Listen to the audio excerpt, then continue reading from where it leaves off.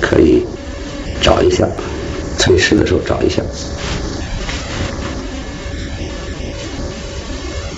然后到这个地方，根据它上一次的轨迹来行笔。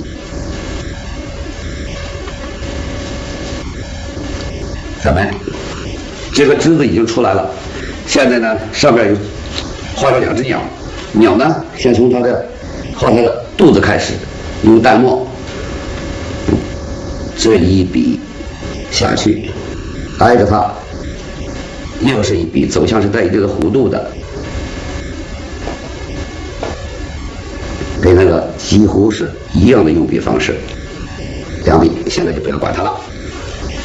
从构图需要，咱们呢在这个角上再画一点小枝。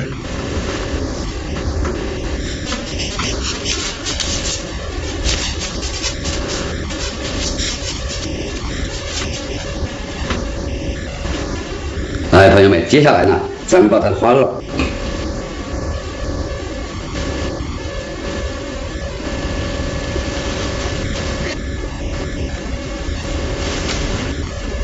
从这下笔一点，咱画这种鸟叫太平鸟，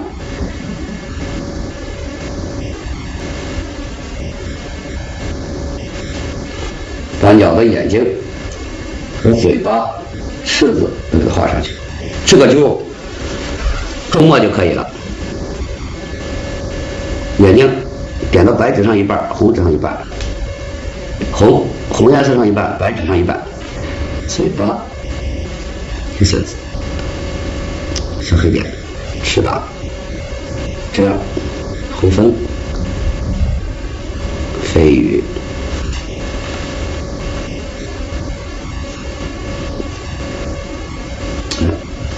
尾巴1笔、2笔，这就可以了。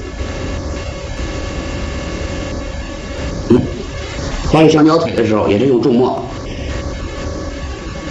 3下，